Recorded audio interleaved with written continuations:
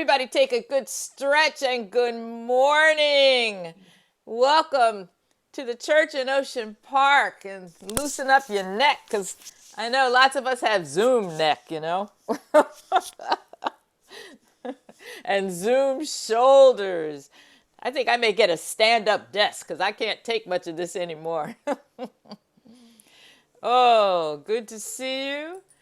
And so we'll sing in the lovely privacy of our Zoom rooms, right? But we'll still be singing together.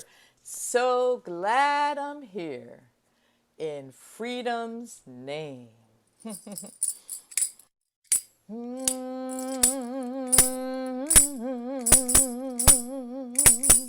So glad I'm here. So glad I'm here. So glad I'm here in freedom's name. So glad I'm here. So glad I'm here. So glad I'm here in freedom's name. Oh, sing it with me now. So glad I'm here. So glad I'm here. So glad I'm here in freedom's name. So glad I'm here. So glad I'm here. So glad I'm here in freedom's name. All right, get your hands out. Shout while I'm here. Here we go. Shout while I'm here, yeah. Shout while I'm here in freedom's name. Here we go. Shout while I'm here. Shout while I'm here. Shout while I'm here in freedom's name. Oh, oh, sing while I'm here. Come on now. Sing while I'm here. Sing while I'm here in freedom's name. Oh, sing while I'm here. Sing while I'm here, yeah. Sing while I'm here in freedom's name. Oh, I'm gonna pray while I'm here. Pray while I'm here. Oh, pray while I'm here in freedom's name. Oh, pray while I'm here. Oh, pray while I'm here. Pray while I'm here in freedom's name. So glad. So glad I'm here. Yes, I'm so glad I'm here. Yeah, so glad I'm here in freedom's name. Oh, so glad I'm here. Yes, I am now. So glad I'm here. So glad I'm here in freedom's name.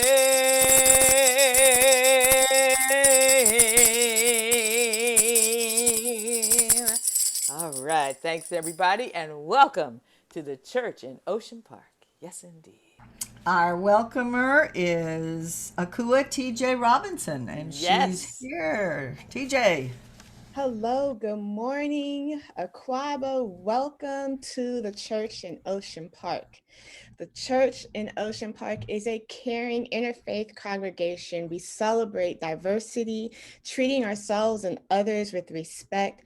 Our gatherings support, educate, and challenge us in our relationships to self, others, and the world. Embracing creative expression, singing at every opportunity, and working for social justice are all parts of our spiritual life together. And it is truly great to be part of Church in Ocean Park, where we empower children and youth, encourage lively discussion, and cultivate shared leadership. We actively seek ways to make our own circle wider and bridge the chasms that keep people in our community. Church in Ocean Park is all about liberating where we can be our full, authentic selves. We are interfaith, so you are welcome if you're Jewish, if you're Muslim, if you're Hindu, Buddhist, Christian, Wiccan, atheist, or some one combination or something else altogether as we recognize the Spirit moves all throughout. We extend a special invitation to those who are single, married, divorced, gay, transgender, filthy, rich, or dirt poor. We extend a special invitation to those who are crying newborns, just browsing, just woke up, or just got out of jail. We don't care if you're more religious than the Pope or haven't been in synagogue since your nephew's bar mitzvah. We extend a special invitation to those who are over 60 but not grown up yet, because we are young at heart and youthful and will stay alive, and to teenagers who are growing up way too fast until they realize that they ain't grown yet. So we invite soccer moms, tree huggers, latte sippers, vegetarians, junk food eaters. We invite those who are in recovery or still addicted. We invite you if you're having problems, or you're down or in the dumps, or if you don't like organized religion, or if you're just trying to keep peace of mind in this COVID because we quarantined and can't hug everybody. Wherever you are in life, we welcome you at Church in Ocean Park, where you can be your full, authentic self as we challenge the system and we break free to have complete, full liberation of all people. Thank you for having me be the welcome.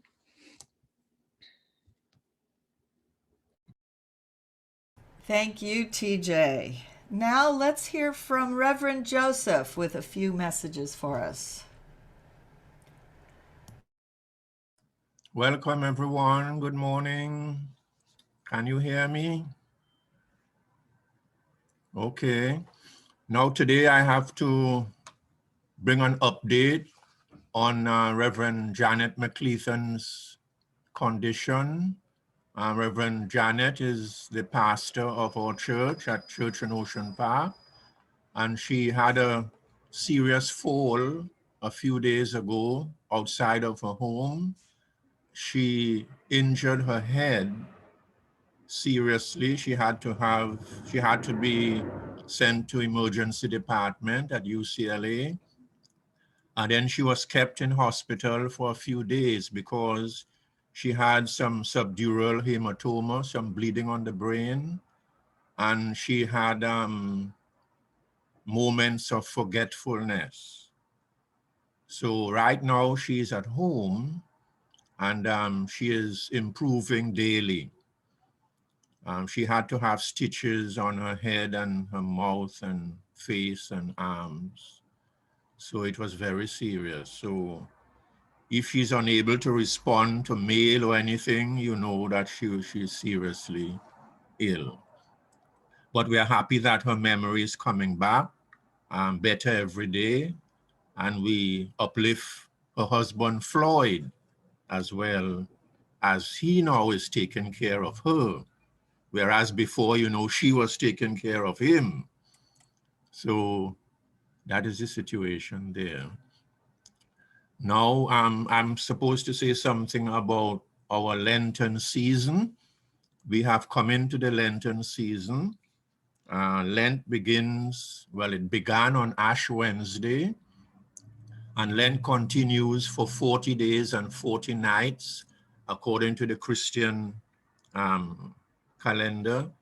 So Easter Sunday is the 4th of April. So Lent goes from Ash Wednesday, last Wednesday, till April 4th, where we celebrate Easter. Lent is a time of reflection, a time for meditation, a time for abstaining from different foods, different ordinary observances. It's a time for repentance.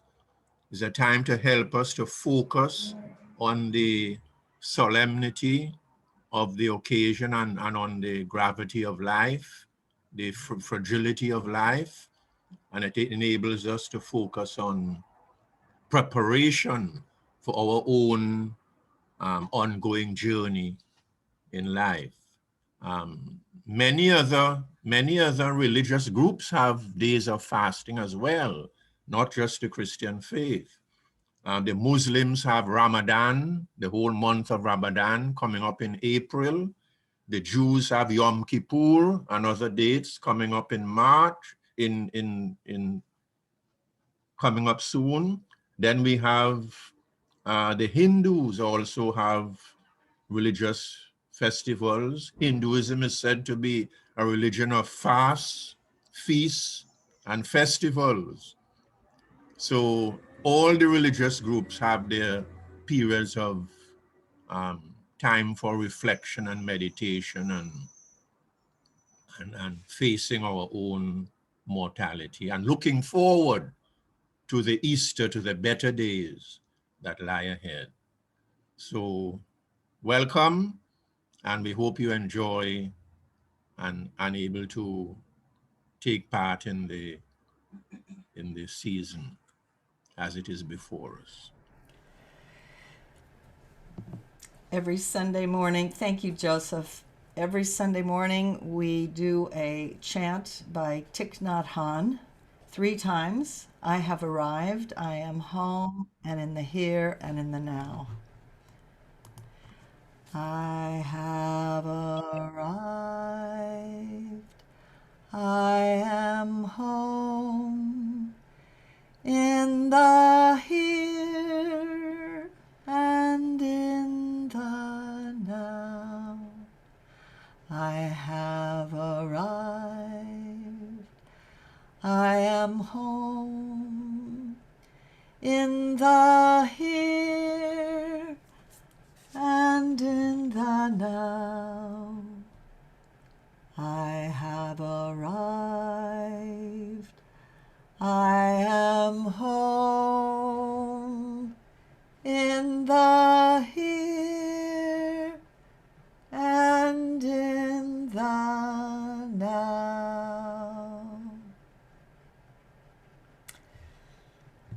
Oh, that feels good to center and ground, just to get here and be here.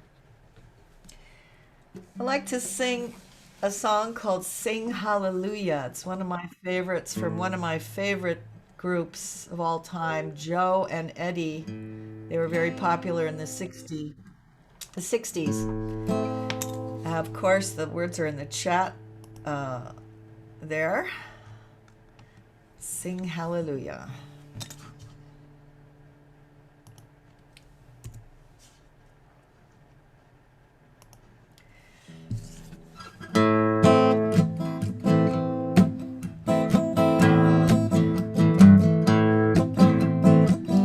I know I got a long journey now, sing hallelujah. I better get started early, sing hallelujah. Sing out for the Lord to help you, the Lord is mighty strong. Don't you worry about your heavy load, the Lord's gonna help you along. Last night I heard my Lord calling, sing hallelujah. He said, sure better quit your stalling, sing hallelujah. Sing out for the Lord to help you, the Lord is mighty strong. Don't you worry about your heavy load, the Lord's gonna help you along. The Lord's gonna help you along.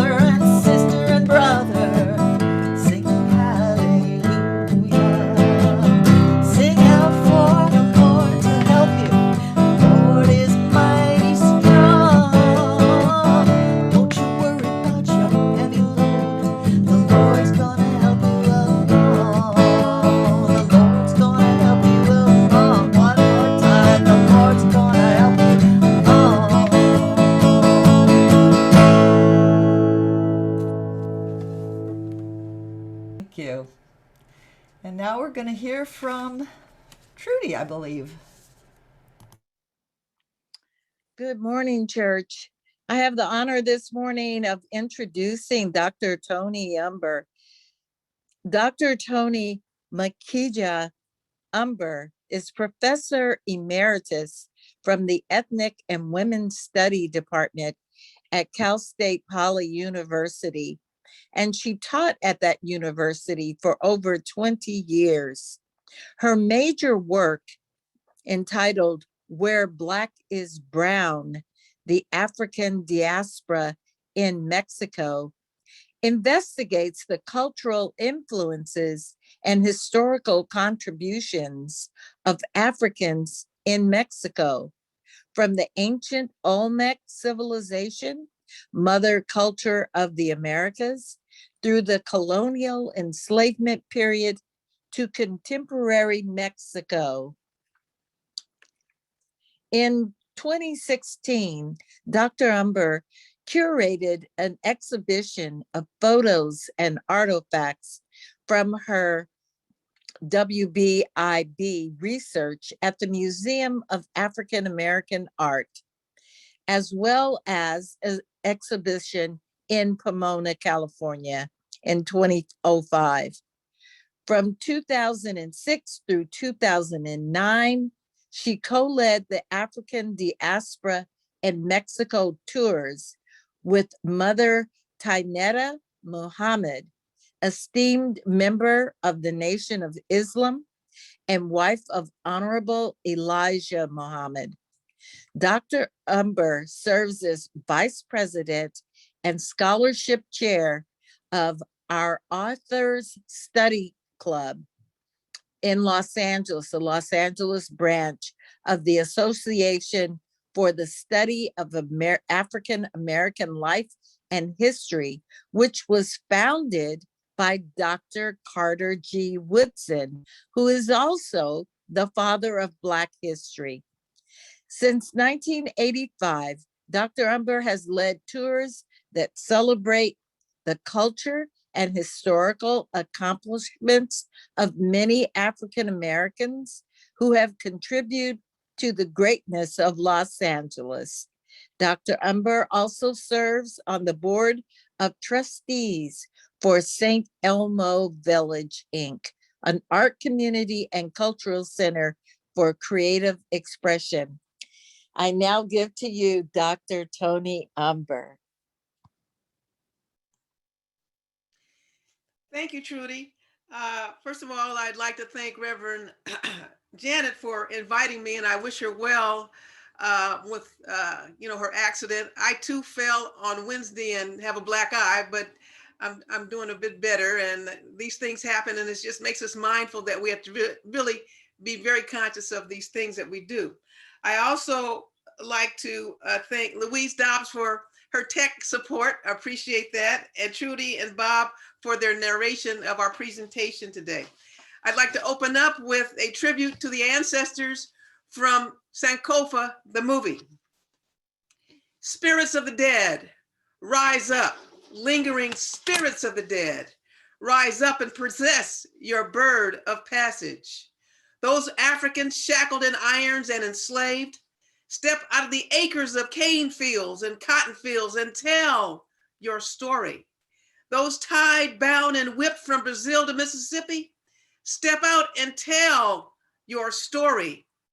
Those in Jamaica, in the fields of Cuba, in the swamps of Florida, the rice fields of Carolina, you waiting Africans, step out and tell your story.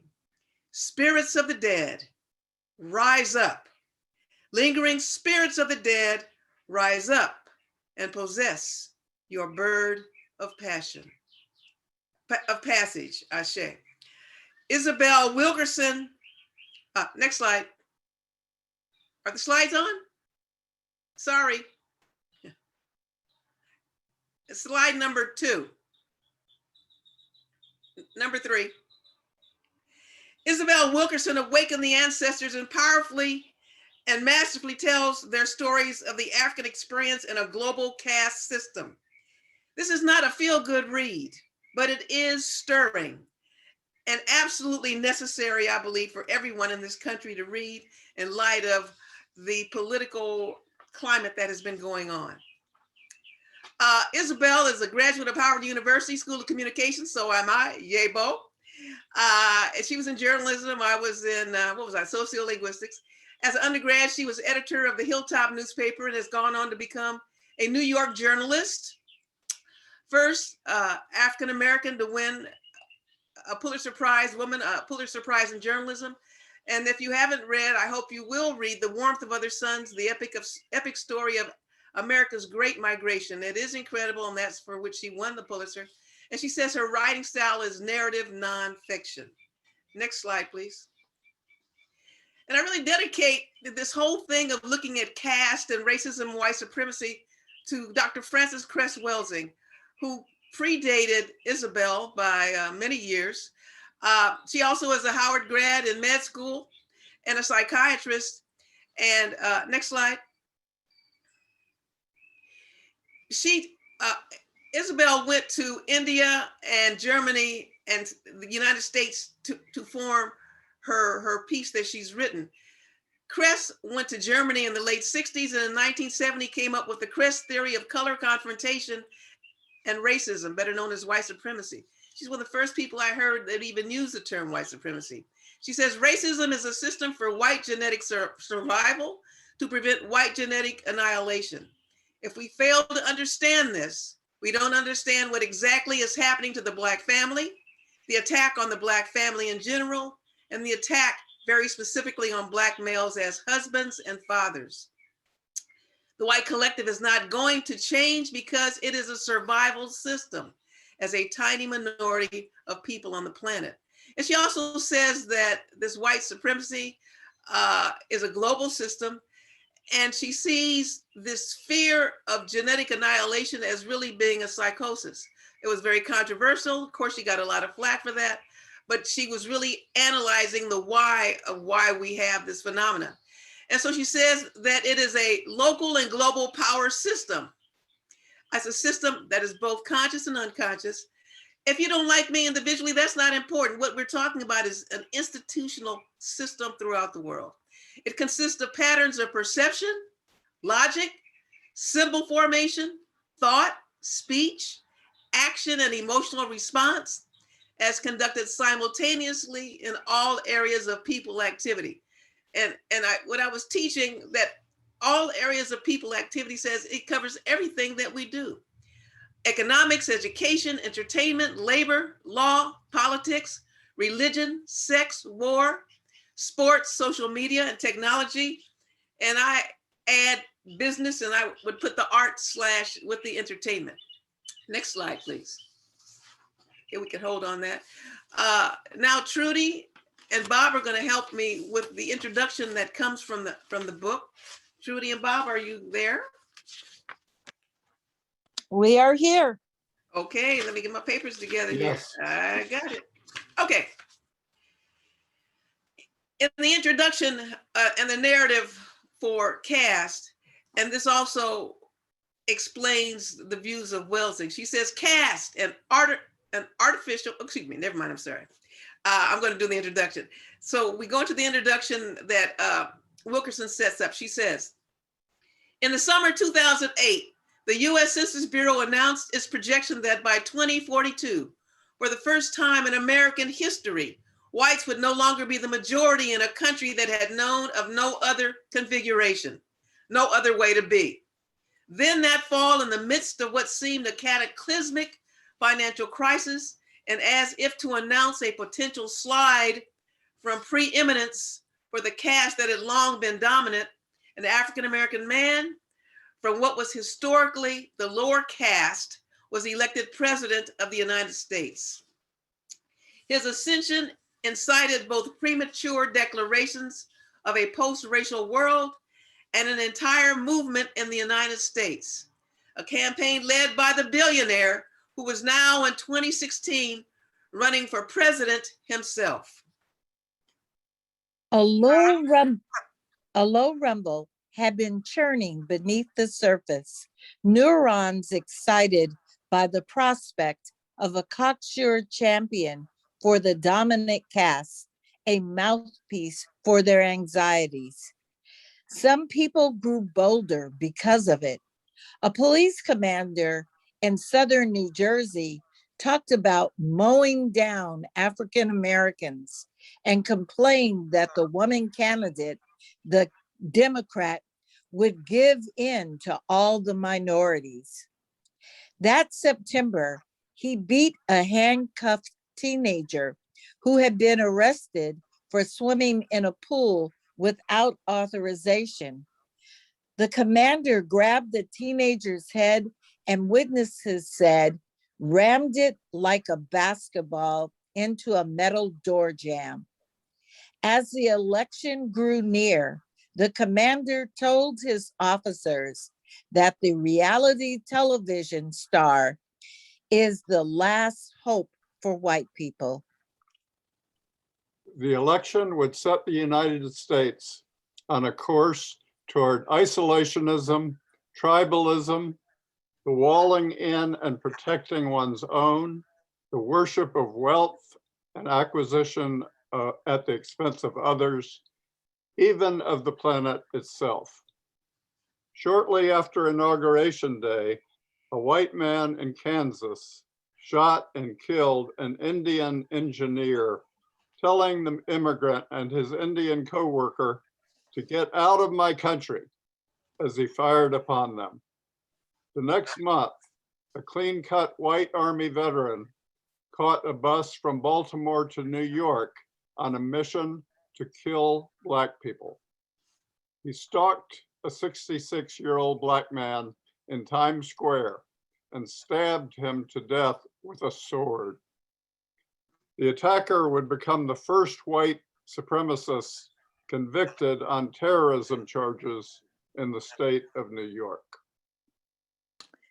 The year 2017 would become the deadliest to date for mass shootings in modern American history. In Las Vegas, there occurred the country's largest such massacre, followed by one mass shooting after another in public schools, parking lots, city streets, and superstores across the nation. In 2018, outside Louisville, Kentucky, a man attempted an assault on a Black church to shoot parishioners at their Bible study.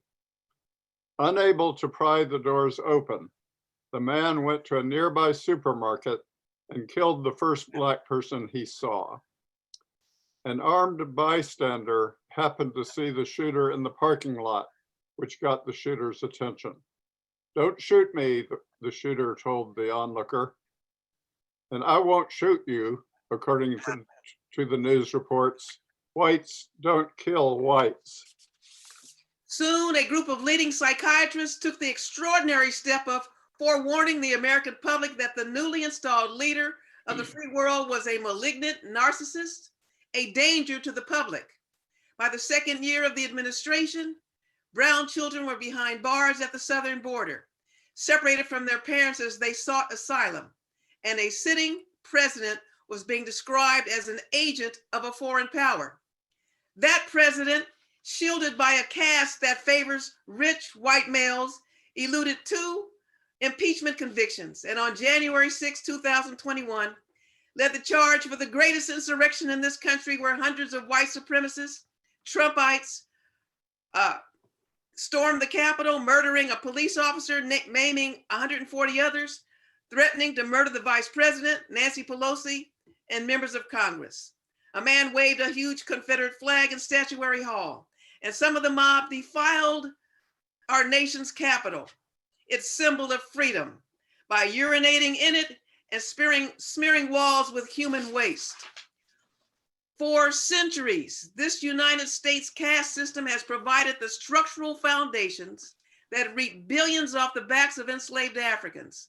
The caste created and enabled Jim and Jane Crow laws, civil, social, and human rights injustices, rescinding of voting rights, vote tampering by the Trump administration, the unchecked murder of Black people by police throughout this country, and policies and practices and laws that shackled the progress for the subordinate caste of this country. And so Isabel in this slide says caste is an artificial, arbitrary, graded ranking system of humans in society. She describes the foundation pillars of the caste and the fear whites have of losing their constructed and assumed privilege and domination over the darker peoples of the world, particularly in the United States. Next slide, please. She says, caste is the bones, race is the skin. Race is what we can see, the physical traits that have been given arbitrary meaning and become shorthand for who a person is. Caste is the powerful infrastructure that holds each group in its place.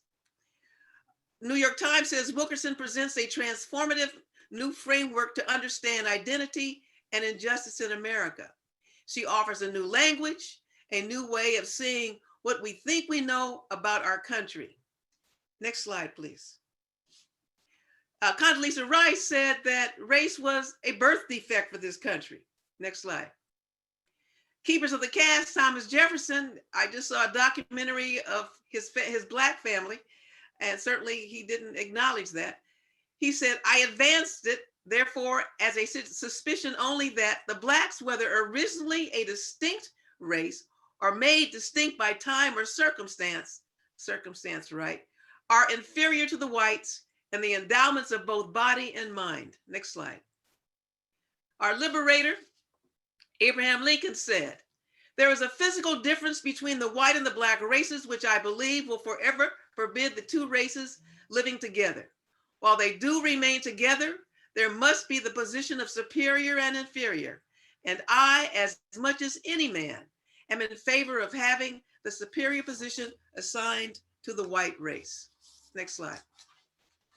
So the meat of this presentation is the pillars of the caste. And so this is how Wilkerson describes it.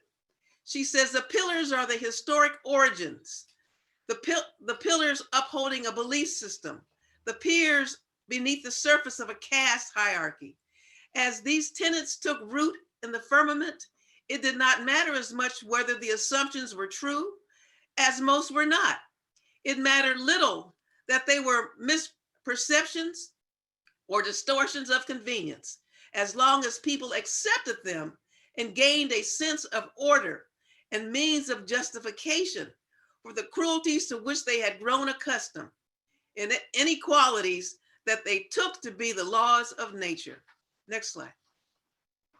These are the principles upon which a caste system is constructed, whether in America, India, or Nazi Germany. Beliefs that were at one time or another burrowed deep within the culture and collective consciousness of most every inhabitant in order for a caste system to work. Next slide. This is my metaphor for the 8 pillars of caste using the Supreme Court.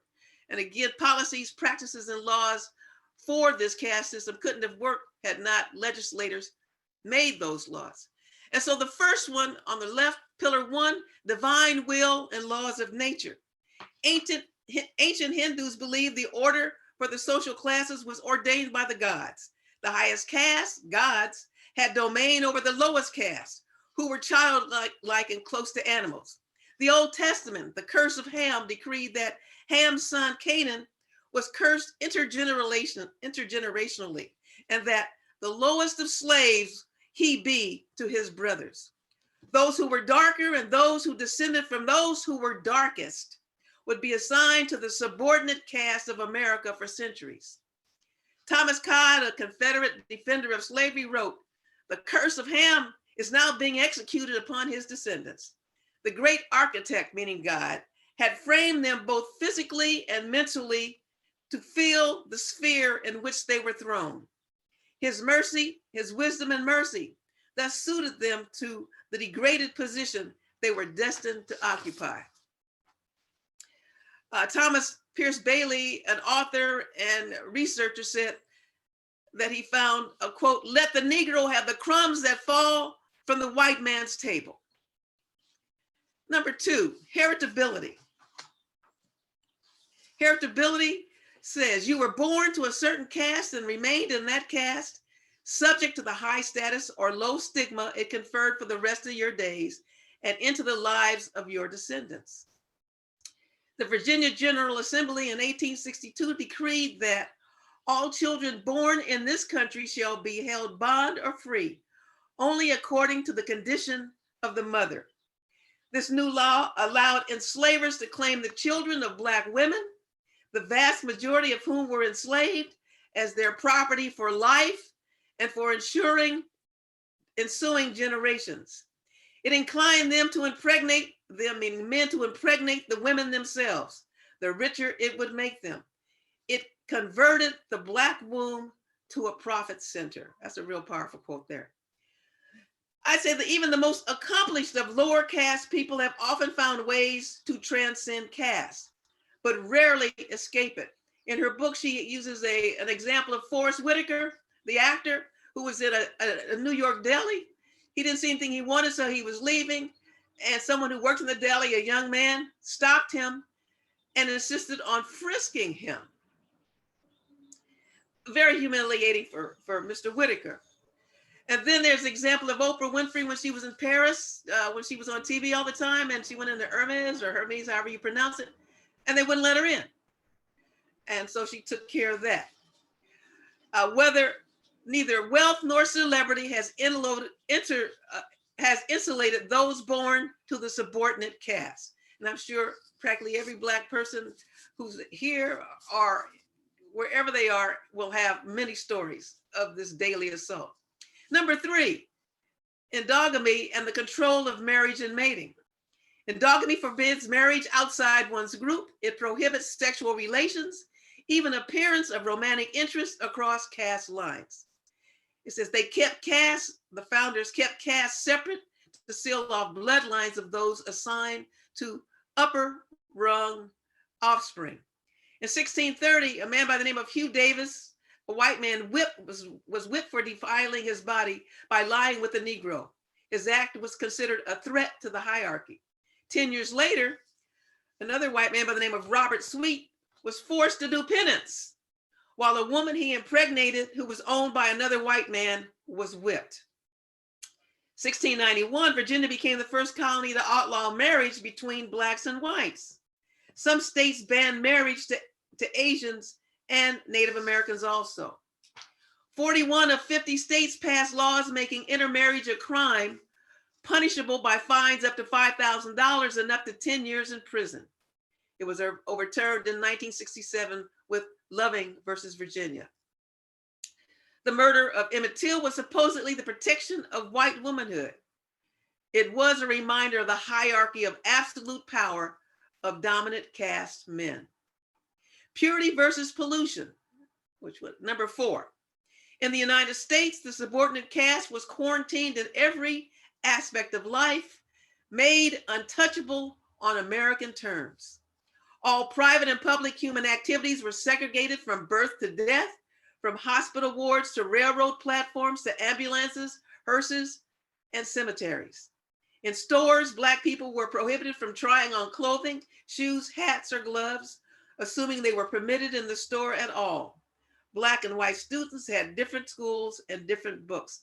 And I've met many African Americans who were from the South, and they attest to maybe if they got in the store and maybe put some paper in the hat, they were able to try it on, but clothes and shoes, those kinds of things, they were not allowed to try on. Homer Plessy versus Ferguson challenged an 1890 law in Louisiana for segregated rail cars. In 1892, Plessy looked like he was white, and he bought a first-class ticket and sat in the whites-only car. The conductor ordered him to the colored car. He refused and was arrested. And then 5 years later, his court was taken to, 4 years later, it was taken to the Supreme Court, and the vote of 7-1 was in favor of segregated facilities. Number 5, excuse me. Wait a minute, which one? I have occupational hierarchy. Division of labor was based on one's plane in the hierarchy. 1858, Senator John Henry Hammond of South Carolina declared that slaves are a class requiring but a low intellect and but little skill. Its requisites are vigor, docility, and fidelity. Such a class you must have, speaking to other slave owners. They are elevated from their condition in which God first created them by being made our slaves. Africans were relegated to the dirtiest, most demeaning, and least desirable jobs by definition. They were denied opportunity and access to education and better jobs. Dehumanization and stigma. To dehumanize another human being is not merely to declare that someone is not human, and it does not happen by accident. It is a process, a programming. People and groups who seek power and division do not bother with dehumanizing an individual. It is better to attach stigma, a taint of pollution, to an entire group. Enslaved Africans were stripped of their given names and forced to respond to new ones. They were stripped of their past lives and identities as Yoruba or Ashanti or Igbo. They were forced to surrender their own humanity. They were forbidden to cry as their children were carried off, forced to sing as a wife or husband was being sold. They were punished for the humans that they could not help to be. There was a powerlessness of subordinate caste men to protect their own daughters, wives, sisters, and mothers. Their bodies did not belong to them, but to the dominant caste, to do whatever it wished and however it wished to do it. They were subject to gruesome medical experimentation at the hands of dominant caste physicians. And that's the issue right now in terms of getting vaccinated. Marion Sims, considered the father of gynecology, refused to administer anesthesia, saying vaginal surgery on enslaved women was not painful enough to justify the trouble. I recommend a book, Medical Apartheid, that really describes this. At carnivals and county fairs, there were games called Coon Dip, Bean 'em, Son of Ham, where people threw projectiles at distorted Black images. In 1908, an African man by the name of Utabanga, a Twa man, better known as Pygmies, who was from the Congo, was put on display in the Brooklyn Zoo among the apes. White culture desensitized children to racial violence so they could perpetuate it themselves one day, said Krishna Dubroker, a writer. The last one, terror as enforcement. Cruelty as a means of control, the only way to keep an entire group of sentient beings in an artificially fixed place beneath all others and beneath their own talents is with violence and terror, psychological and physical, to preempt resistance before it can be imagined. Above all, the people in the subordinate caste were to be reminded of the absolute power the dominant caste held over them. After slavery ended, the former Confederates took power again, and they pressed down even harder to keep the lowest caste in place. African Americans were mutilated and hanged from poplars and sycamores and burned at the courthouse square with a lynching every 3 or 4 days in the first 4 decades of the 20th century. The last one, inherent superiority versus inherent inferiority. At every turn, the caste system drilled into the people under its spell the difference due those born to the upper caste and the degradation befitting the subordinate caste. This required signs and symbols and customs to elevate the upper caste and to demean those assigned to the bottom in small and large ways and in everyday encounters. The human meaning of caste for those who live in its power and vulnerability, privilege and oppression, honor and denigration, plenty and want, reward and deprivation, security and anxiety. A description of caste which fails to convey this is a travesty, wrote preeminent American scholar of caste, Gerald Berryman. Thousands of films and images in America, cartoons, postcards, newspapers, figurines, have implanted into our minds the inherent superiority and beauty, deservedness, and intellect of one group over another. I recommend Ethnic Notions as a documentary that you might want to see. Next slide, please. Wilkerson uses the metaphor of an old house to discuss this, as she says, the bones of caste, the bones of an old house, and the face of that is crumbling on the house. She says, the United States is an old house that structured its original design to be a caste system. Anemic and superficial attempts have been made to repair centuries of damage due to white supremacy, misogyny, homophobia, and xenophobia. I say we must get to its cancerous roots and deep structural beliefs to cleanse and purge the festering diseases that are the origins of our discontent. We're going to leave it on that slide. And Trudy and Bob, can you come back? So We're here.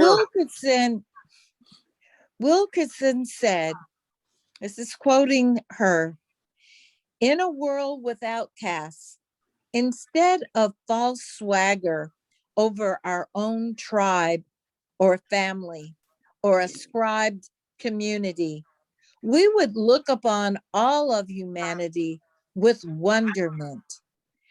The little beauty of an Ethiopian runner, the bravery of a Swedish girl determined to save the planet, the physics defying aerobics of an African American Olympian, The brilliance of a composer of Puerto Rican descent who can rap the history of America at 144 words a minute. All of these feats should fill us with astonishment at what the species is capable of, and gratitude to be alive for this. In a world without caste, being male or female, light or dark, immigrant or native born, would have no bearing on what anyone was perceived as being capable of. In a world without caste, we would all be invested in the well-being of others in our species, if only for our own survival, and recognize that we are in need of one another more than we have been led to believe. We would join forces with indigenous people around the world, raising the alarm as fires rage and glaciers melt. We would see that when others suffer, the collective human body is set back from the progression of our species. Trudy? a world without caste would set everyone free. Bob? A world without caste would set everyone free. And a world without caste would set everyone free. Next slide. Everybody, Ashe? Ashe. Ashe. Thank you.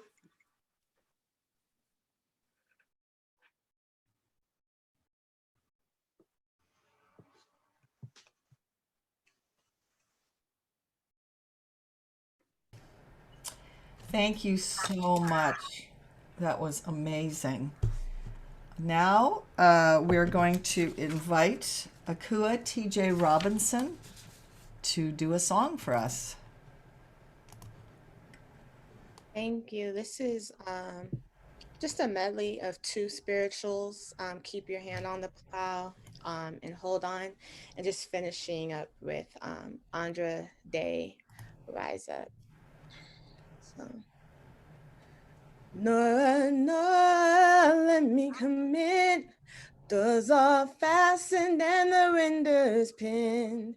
Keep your hand on the plow and hold on. Keep on climbing and don't you tire. Every run goes higher and higher. Keep your hand on the plow and hold on. Hold on,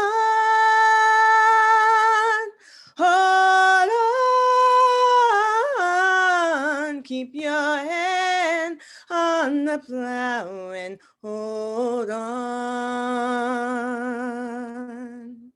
Hold on just a little while longer.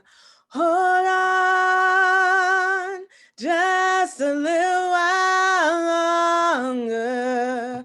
Hold on just a little while longer. Everything will be all right.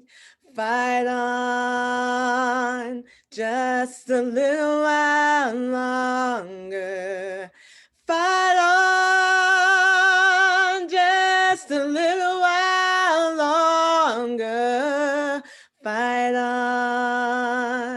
just a little while longer.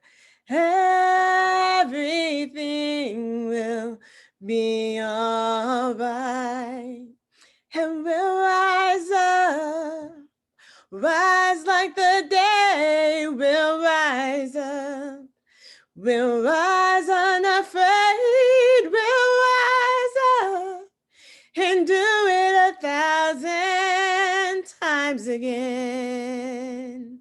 And we'll rise up high like the waves. We'll rise up in spite of the ache. We'll rise up and we'll do it 1,000 times again. So keep your hand on the plow and hold on. And keep your hand on the plow and hold on. Thank you. Thank you so much. Thank you so much. Thank you for being here. All right, now it is time for community sharing. This is a time when any of you get to say a comment or ask a question.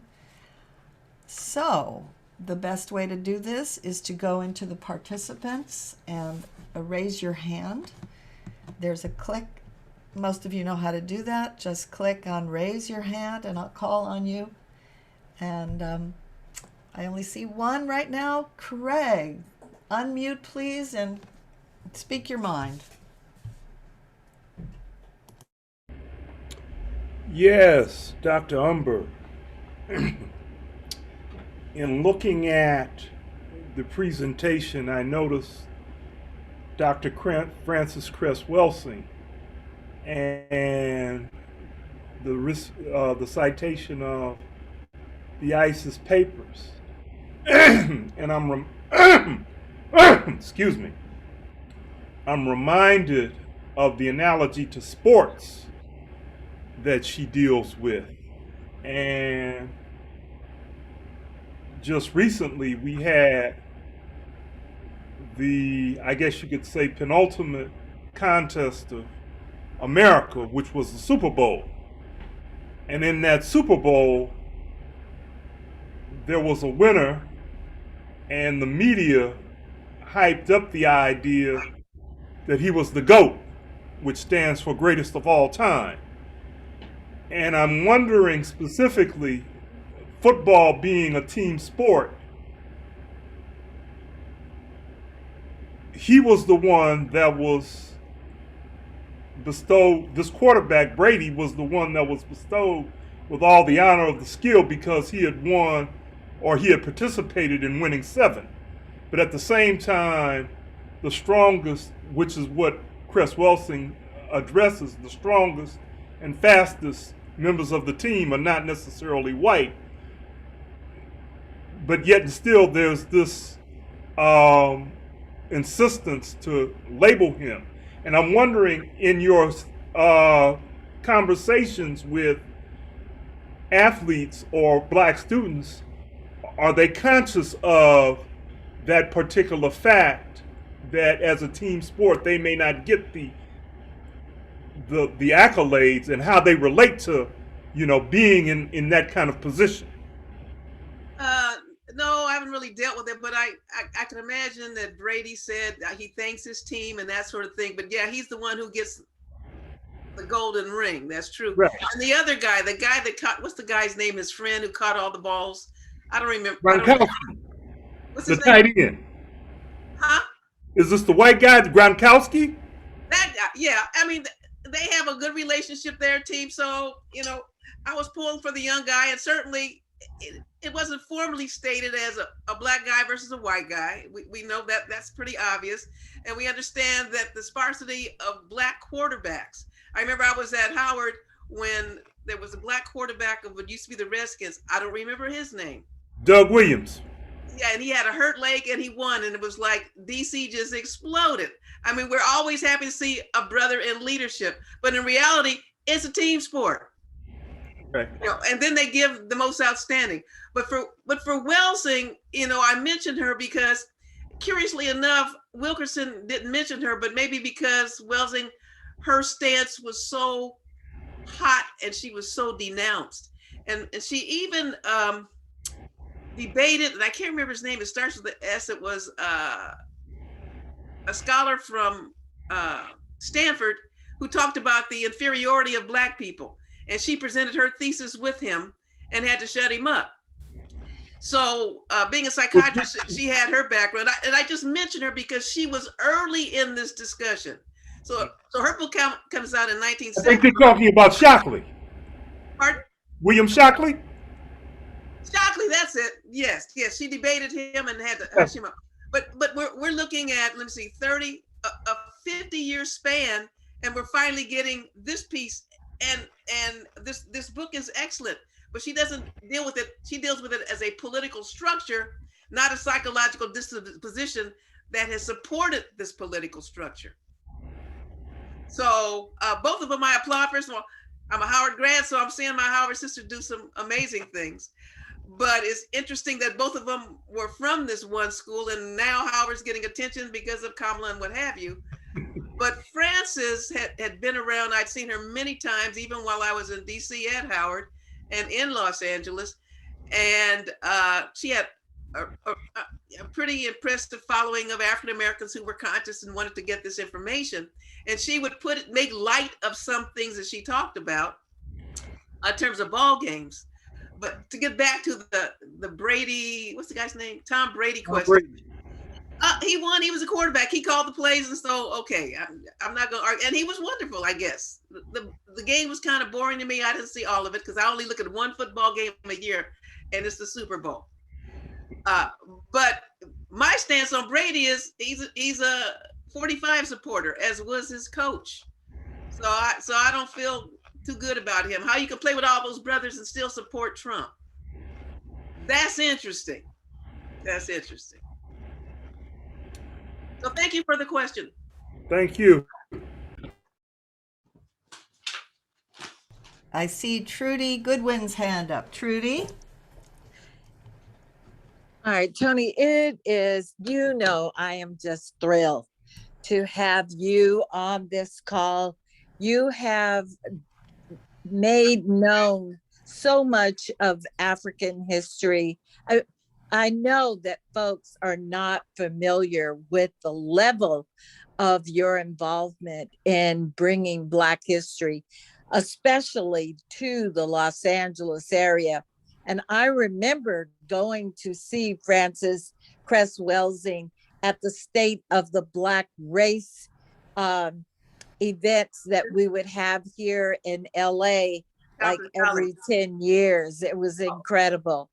But I wanted to ask, given that we have this tremendous pushback from the dominant culture, what do you see the movement for the oncoming years and decades to be? We just heard yesterday on the news where there is this movement across many southern states to roll back even further the voting rights of Black people, denying them the ability to vote at different polling places, to vote on Sundays, and a number of other laws that they're pushing forth. What do you see as being, if you dare to project, where the country is heading and what we can do to make this a more equitable place? First of all, if they're doing that, it is the fear that both Caste and Welsing talk about. A fear of having too many people of color, and out of Georgia, certainly it is growing in the Carolinas, significant African-American Latino populations, growing Asian populations. And so if they become united, Dr. John Henry Clark who's an ancestor who died way back 96, 97, said, if people of color around the world, if they just came together on one thing, we could overturn all of this. So first of all, education. The tragic murder of George Floyd caused such a coalescing of people in this country to really wake up to the level of brutality that Black people go through all the time.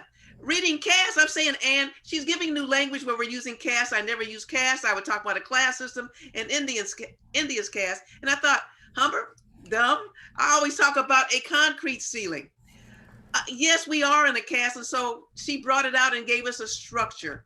And I love those pillars, those elements. If you take those pillars and parallel it to what happened on the 6th, which happened to be my 75th birthday, by the way, so I really remember that. You're looking at this fear, this belief of power, using violence, intimidation, demeaning. What was done to those police officers, not only beating them, those who were Black were, called all kinds of names, called nigger, and who knows all what was done to them. We can put them in categories in that caste. But the inherent belief, and then, this book has so much. I have been up all night taking stuff out. And sorry I had to take it out, but I had to take stuff out because it was still longer than I had wanted to be. She has so much stuff in there. This is a text that takes several sessions in order to go through the meat of what she's talking about. And so the solution is education. As I'm looking at CNN and MSNBC, and I'm looking at bookcases, and you'd be surprised the people that have this book in their bookcases. Wednesday night, Isabel was on Lawrence O'Donnell. I was at the doctor taking care of my black eye and getting stitched up, so I didn't get a chance to see her. But I meant to send a list to Louise, but I've been cutting and pasting all night long. So I want to send a list of YouTubes and some readings that I think are good. I can send it to Louise and you can share it. But education is the key. I've heard so many people say it, African-centered, and who have talked about racism. It's not an issue that I can solve. I don't have a problem with me. It is an issue that has to come from a dominant power structure that it sees it as a zero-sum game. I mean, for me to get some leverage and move to middle class list and do a few things well, it's like you're losing. It's not. As the last piece said, the epilogue, a world without caste. That's the ideal for us. And I would love to see it before I close my eyes for good. But certainly, every university, every high school should have this book in all departments, and these students should read it. Because if I were teaching now, my students would be reading this book right now. But you can't force it. But it is education. It is, the marches and raising the consciousness of what happens to Black people. I have a dear friend who read the book and she was just amazed. And I've had people say, well, I didn't know. Well, as a Black person, you know all this. I could do my story, and my family story could be a chapter in this book. It's something that we live with. We know it. We anticipate it. And then sometimes it throws us for a loop. When it happened at the Capitol, I was shocked and I wasn't shocked. Because if you looked at the history of, I call him the idiot, no offense to anybody who thinks he's a great guy. If you look at his history, you look when he slithered down the escalator in 2015, and people said, and I remember the psychiatrist who said, oh, he's a narcissist, he has a mental health issue. And people ignored it and gave him a slide. And we see the destruction that has come out of that. And the fact that 75 million people in this country follow him, adore him, it says that we really are divided. And it's going to take a long time to get over it. Now, in the very book, and the very first thing I said was 2042 is coming. If you saw Game of Thrones, winter is coming. Folks were afraid of winter. 2042 is coming, where the numeric dominance of white population will no longer be the dominant population. But because it's not the dominant population, doesn't mean it won't have the political power. I happen to go to South Africa as a Fulbright scholar. the year after Nelson Mandela was made president. And so who was still in place? You had, the British and you had the Afrikaners still in place politically. It's a new country and they have had upheavals. There have been problems with the ANC within the structural piece. And it's a real task to how do we balance power, people who have absolute power to say, I can share with you. And who said this? Marcus Garvey, Frederick Douglass, something about, it's not given to you, you have to fight for it. Ours is a political fight. I think it is a fight of reason and consciousness. I have seen with my students in my classes, and long before this book came out, we talked about all kinds of, and they would be, wow, I never learned this. Well, you were supposed to learn it because your teachers never learned it. If all things had been equal, I wouldn't have been an ethnic studies, African American studies teacher. I'd be talking just straight out history. But because we have been so left out, we have been marginalized and so segmented, and even scholars of African descent are so discredited by the labels Afrocentric, I say African-centered. And I look at my history in relation to an African paradigm and an African experience. And I praise those who came before me, and I acknowledge my ancestry. I have a dear friend who's Nigerian. He's a urologist, and he reads everything, and he says, Toni, there are only 30, with the mitochondria and the women of descent. First of all, I don't call her Lucy. I call her Keisha because she's from East Africa. I'm not calling her Lucy. And he says there are 32 women that all of us on the planet who are humanoids can, with the human genome, 32 women can be traced to all of us. That's pretty amazing. And I'm thinking they're all in the Olduvai Gorge in the Kenya, Tanzania. He said, no, they're spread throughout Africa. So at some point in time, I'll have him give me the article, but only 32 women of which all of us are descendants of. And so you look at that migration out of Africa, going into the north. You look at it going into Asia, Japhet, you see the sons of Ham. You see it going into the South Pacific. Look at Papua New Guinea, look at Hawaii, look at Samoa, look at Fiji. My research is in Mexico, and there's certain evidence of an African presence in Mexico, which is, I'm highly attacked for this, and that's okay. They need to come on a trip with me and they'll see what I'm saying. And hopefully next year, if COVID's safe, I'm gonna take another trip. Maybe some of y'all will go with me. Let me tell you my dream. My dream is to take, in 2007, I went to Egypt for my third trip with Runoko Rashidi. And then I was home for about a week. I don't think I was home 2 weeks. And then I was in Mexico preparing for a trip with Mother Tanetta Muhammad. It was interesting. I'm not Muslim. She accepted me. We had amazing journeys. And this wasn't going to a 5-star hotel. We were in very modest accommodations, and we were on the bus every day or two. And so my dream is to do a pyramid to pyramid tour. And that's going to happen. It's got to, because those who are discrediting Olmec research need to see those monuments and need to meet with African populations, the populations in, not Veracruz, significant African population, but in Costa Chica, from Acapulco all the way down to, can't remember, but in states of Guerrero and Oaxaca, on the Pacific coast, is the largest identified population of people of African descent in Mexico. And this past year for the census, they were able to get on the census and self-identify of how they see themselves. This is major in terms of funding. They have been fighting. They call themselves Mexico Negro.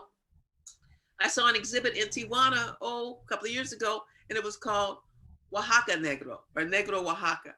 And so they are using Negro as an identifier. I don't use Negro, but they use it, and that's whatever they use. I'm gonna call them what they see. But there are populations that are fighting for enfranchisement.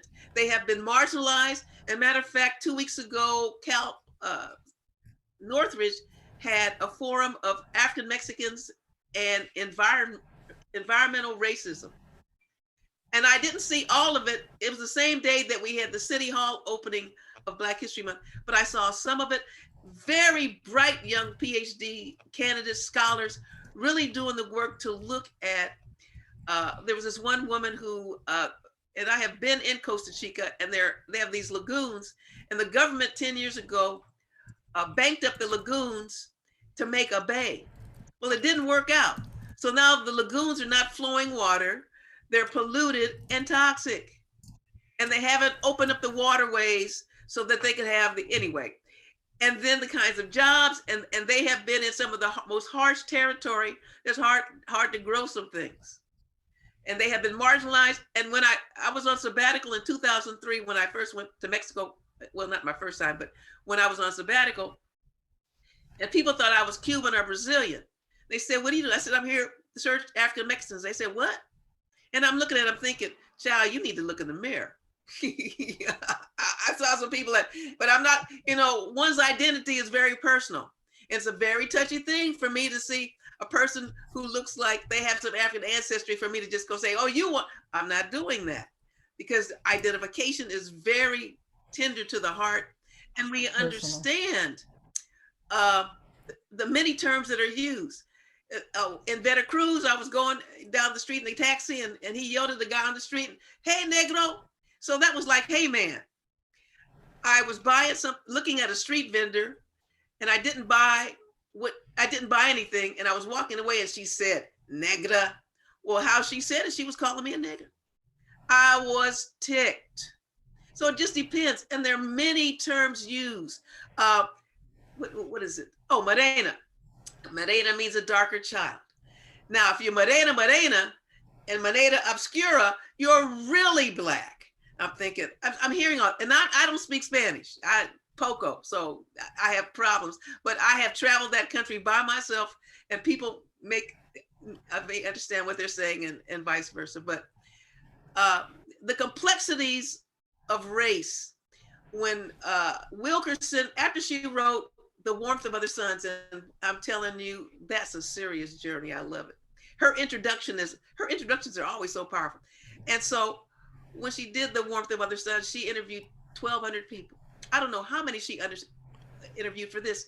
And she said, when she wrote The Warmth of Other Suns, she never used the term racism. She said it was inadequate. And so then after The Warmth of Other Suns came out, she went to India first to study caste. She felt that was a paradigm that she could use. Then she went to Germany. And she interwoves all of this. It's not like this chapter's Germany, it's all interwoven with her life story and experiences. And then she analyzed race in the United States. And she said, when she studied Nazi Germany, they studied the paradigm of slavery and Jim Crow in the United States. What? And then there was some segment, and this is, I think, in the first part of the book, she said something to the fact that, the separation of children from their parents that has happened at the border, and that separation in slavery. And there was one Nazi guy said, oh no, we can't do that. A Nazi said no to something? I mean, that was pretty amazing how she structured it. But she studied India first. Then she went to Germany, and then she came back to the United States because she felt the term race and racism and calling somebody a racist. And as this structure is, it's not about you individually, it's the structure that supports how you believe. That's what's important. When I was 1956, I was 10. And we integrated a school in the Athens Park area. And that's the first, second, or third day of school, maybe the first day, a student was assigned to me, and I was the only Black kid. I think only 2 of us in the school. And I was out by the handball court. And a white student was dancing, and I asked her, where'd you learn to dance like that? And she said, a nigger taught me. It hurts me to still say that. No one had ever said anything like that to me. I have been ticked off since 1956. And as I started teaching African-American studies classes, I realized 1956 in the structure of this country, she was not the most privileged nor the sharpest knife in the drawer in that class. She was probably poor and lower class to some middle class kids. And so I had thought about her, and I said, what would I say to her, and maybe she's changed, but she was in a structure that was supported, that I was the new kid, and then she put me so I would be lower than her. So education is the only thing. As I educate myself, as you educate others, you're already reading Kendi, and I'm reading his 400 Souls. So that's a really good one too. There's just so much, but everybody's not there. So I'm over time. I better let you go. Thank you. Thank you so much. This has been amazing. So here we go. Happy birthday to you. Happy birthday to you. Happy birthday, Annalisa. Happy birthday, dear Maddie. Happy birthday, dear Bunny. And happy birthday to Presley.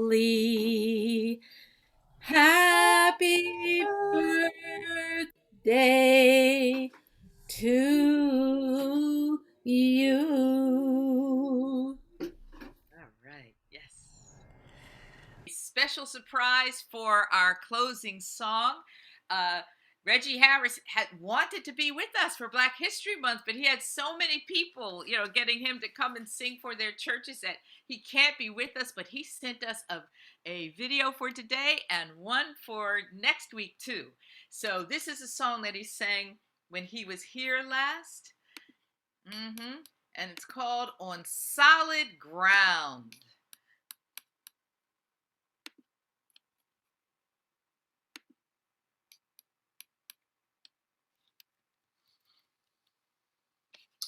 This is a song I've written for challenging times. We will not rest till the storm is over. We will not lay this burden down. We will keep each other strong. We will love and carry on till we stand all together on solid ground. We will not rest till the storm is over. We will not lay this burden down. We will keep each other strong. We will love and carry on till we stand all together on solid ground. We will not rest till the storm is over. We will not lay this burden down. We will keep each other strong. We will love and carry on till we stand all together on solid ground. Been a long, hard journey on a winding road. So many have gone before us. They carried a heavy load, but they went there singing as they made their way. Now it's in their footsteps we follow as we work today. We will not rest till the storm is over. We will not lay this burden down. Well, we will keep each other strong. We will love and carry on till we stand all together on solid ground. We will not rest till the storm is over. Hey, we will not lay this burden down. Well, we will keep each other strong. We will love and carry on till we stand all together on solid ground. I know that you're weary. We all feel the pain. Sometimes the actions of the world will try your soul again, but I believe there's a better day, and it's coming our way. That's why we're raising our voices as we work today. We will not rest till the storm is over. Hey, we will not lay this burden down. Well, we will keep each other strong. We will love and carry on till we stand all together on solid ground. We will not rest till the storm is over. Hey, we will not lay this burden down. Hey, we will keep each other strong. We will love and carry on till we stand all together on on solid ground. All around us there's hatred, all around us there's fear. Violence touches our lives, and the message is clear. We want our martyrs, in our hearts they'll stay. Then we'll sing, we shall overcome, and go on our way. We will not rest till the storm is over. We will not lay this burden down. Well, we will keep each other strong. We will love and carry on till we stand all together on solid ground. We will not rest till the storm is over. We will not lay this burden down. Well, we will keep each other strong. We will love and carry on till we stand all together on solid ground. Till we stand all together on solid ground. Till we stand all together on solid ground.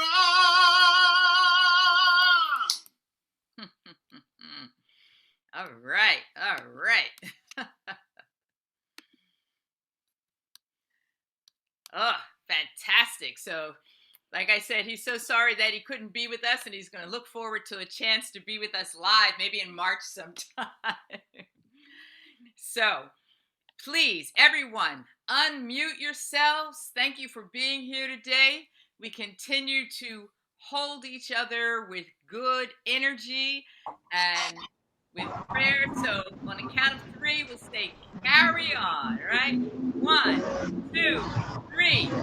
Carry on! on! Carry on. Carry on.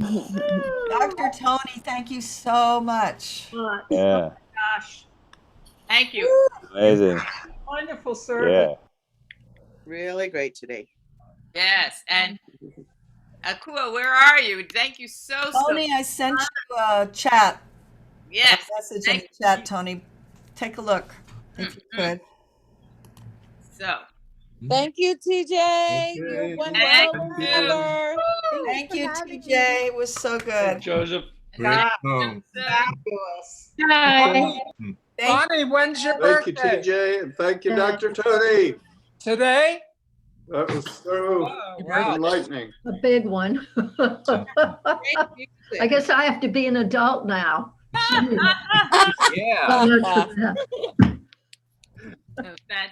you. Yeah, you're all sitting outside looking like you're really enjoying yourselves there.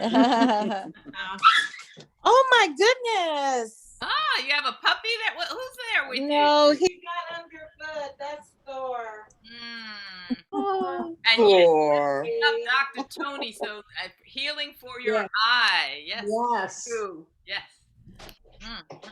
Bob, when is the next parish committee? March 8th. I just wrote to you. Oh, okay. March 8th. Okay. So Bob looks like he's in the tropics and Trudy's in the desert. Yeah, but we both have palm trees near us. I am in the snow. Hey, Gail, call me later. Sure will. And congrats on Jeremiah. Isn't that amazing? And Sandy. Wow. And Yeah, and Sandy, yeah. Yeah. That's amazing. Congrats. Their grandma. It was wonderful just being here today. It really was. Really. Oh, that's great. Hey, Gail. Oh, you know what? Thank you for that information about Barbara, because her sister told us to stop posting to her Facebook page, but I didn't know why. She has a Facebook page. I've known her for 5 years. Yeah. She doesn't know how to use her email. Yeah. Oh, wow. Yeah. I know. So I'm so sorry to hear about that. Barbara has been so supportive of CRJ. Yes. Yeah. I met her through Stop Senior Scams acting program. I think we have performed in the church maybe at least once through the years.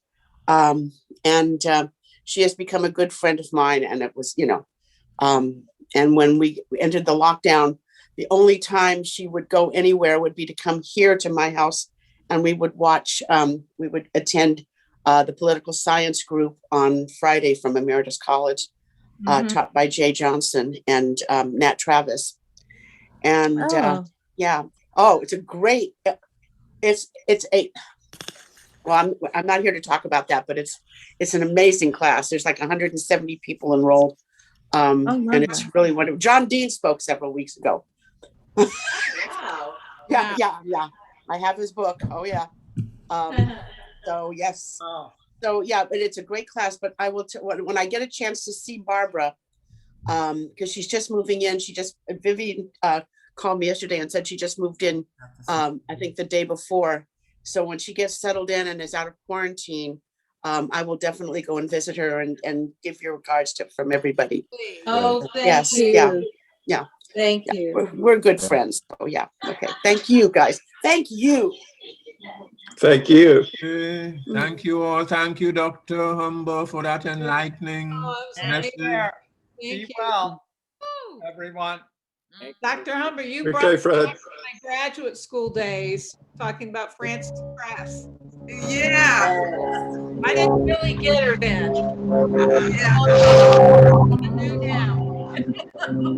Yeah, she's ahead of her time.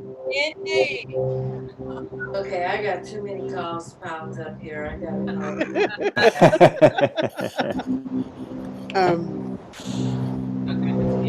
Dr. Humber, are you still there? I am.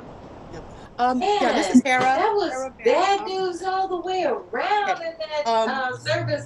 Toni did an excellent job, of course. Trudy, we can hear you, Trudy. You never need talking about how We can hear you, Trudy. Trudy, we can hear you. Yourself. Okay. So somebody has a question for Dr. Yeah, I had a question. Not a question, but a statement.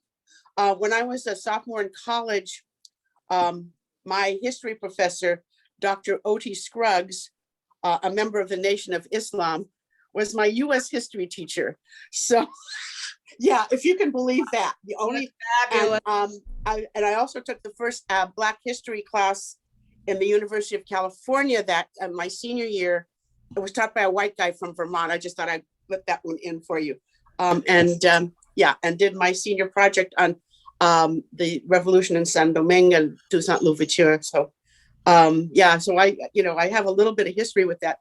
But he said a lot of stuff about Lincoln, and it was really interesting. Yeah, so with a lot of the stuff that you said there was familiar, which was quite amazing. I just thought I'd share that with everybody. Okay, I talk too much. That's enough.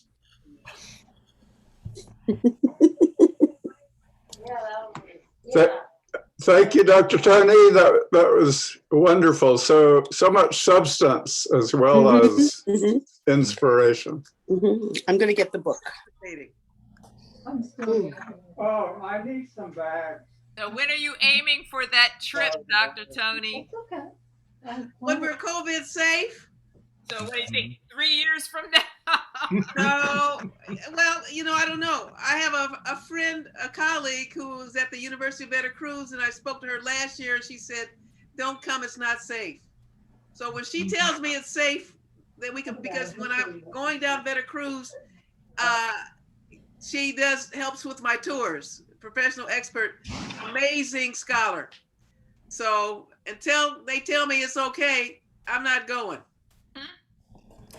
Dr. Humber, how do you feel about YouTube? Somebody mentioned YouTube. What do you mean?